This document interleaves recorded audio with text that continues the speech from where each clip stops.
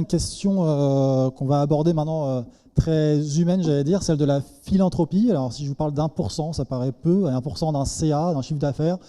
Et pourtant, lorsqu'il est investi sur des enjeux environnementaux, il peut prendre une ampleur vraiment très très importante. On va en parler justement, elle va en parler, c'est Isabelle Sucini, directrice France de 1% for the Planet. Soyez la bienvenue.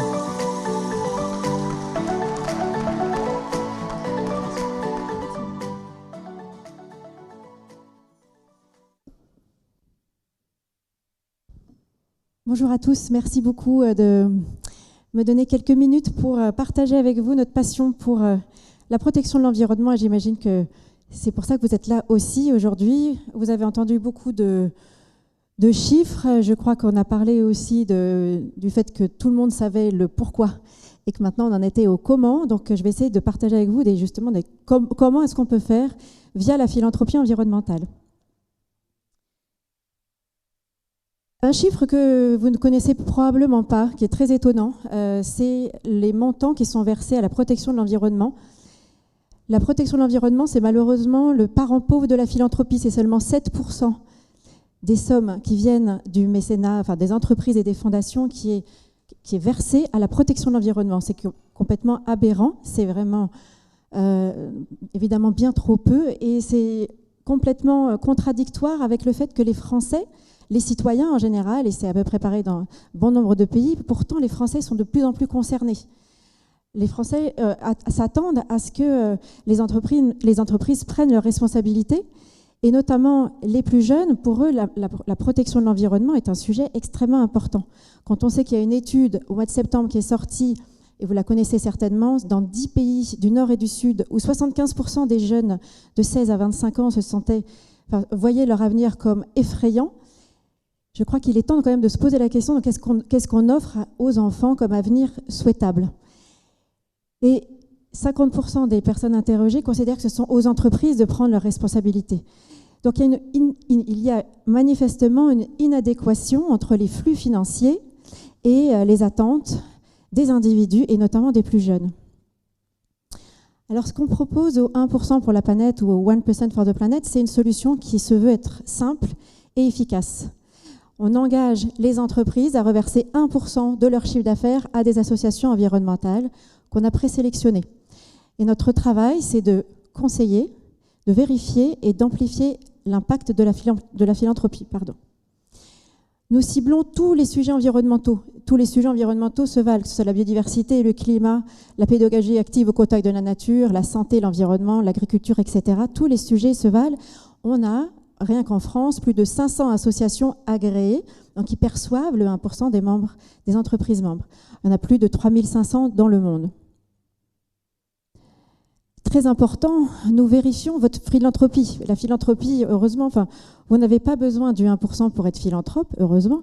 En revanche, quand vous affichez 1% de votre chiffre d'affaires, c'est que c'est vérifié, ce n'est pas de l'autoproclamation. Et ça, c'est parce que les consommateurs, les citoyens font bien entendu beaucoup plus confiance à quelque chose qui est vérifié par une tierce partie plutôt qu'à une autoproclamation. Donc nous, tous les ans, nous vérifions les flux financiers et que la promesse engagée par les entreprises membres est bien tenue. Donc on vérifie le chiffre d'affaires et les dons qui ont été effectués. Et par cette mise en relation entre les associations agréées et les mécènes qui ont les moyens de les financer, on accélère cette philanthropie, on accélère du coup son impact.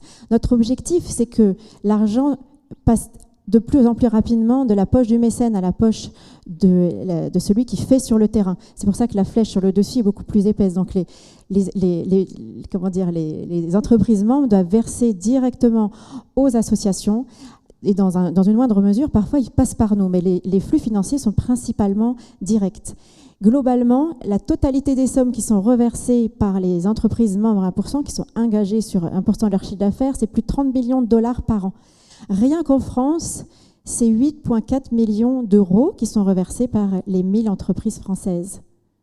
Donc on commence à avoir un impact certain, c'est encore trop peu, la route est encore longue, mais c'est pour vous donner un point de comparaison, la Fondation de France, son budget pour des projets environnementaux, c'est 10 millions d'euros annuels, donc on n'est pas très loin et on travaille avec eux. Concrètement, comment faire? Vous voulez être philanthrope, vous voulez agir, eh bien vous choisissez d'abord le périmètre concerné. vous rejoignez comme Caudalie, comme Patagonia sur toute l'entreprise, tout votre chiffre d'affaires, ou vous rejoignez via une marque qui peut porter le message 1% et que vous avez identifié comme étant la marque qui est cohérente avec cet engagement. Ou éventuellement, vous pouvez engager une gamme. Ici, vous avez la marque Carte Noire Bio. Donc, Carte Noire du groupe Lavazza a décidé que ce soit la gamme bio qui allait porter le logo 1%. Enfin, vous allez choisir ce dont les associations ont besoin. Ce n'est pas seulement du numéraire, ce n'est pas seulement du financier. Donc, mais néanmoins, elles en ont besoin. Donc, dans votre 1%, vous devez consacrer la moitié, pour simplifier, la moitié de votre 1%, c'est du numéraire, c'est du financier. Mais vous allez pouvoir aussi les aider autrement. On parlait d'engagement des collaborateurs tout à l'heure. Évidemment, la philanthropie est un formidable outil d'engagement. Vous allez pouvoir les faire participer à vos choix philanthropiques, voire leur permettre de faire du mécénat de compétences, et ça fait partie de votre 1%. Et évidemment, je prêche des convaincus, cet engagement philanthropique et votre manière d'impliquer vos collaborateurs va être une formidable manière d'avoir une marque employeur particulièrement attractive. Notre collectif grossit chaque année. On a quasiment 1000 membres en France, 6000 dans le monde. On est dans 91 pays, donc c'est un collectif mondial qui est en pleine croissance. Dieu merci, on espère vous convaincre aussi aujourd'hui, et qui bénéficie de la puissance d'une marque qui a une notoriété grandissante. Jusqu'à l'année dernière, c'était un Français sur 3 qui connaissait la marque 1%. Aujourd'hui, c'est 2 Français sur 5, donc 41%. On a gagné 7 points de reconnaissance de la marque, et notamment chez les plus jeunes. Enfin, pour terminer, je citerai le fondateur de ce collectif, qui est Yvon Chouinard, le propriétaire et fondateur de Patagonia. Le 1% est probablement la meilleure chose que j'ai faite. C'est probablement aussi parce que rejoindre le 1%, ça vous permet de structurer votre message environnemental et tout votre engagement, et ça lui donne une lisibilité assez extraordinaire.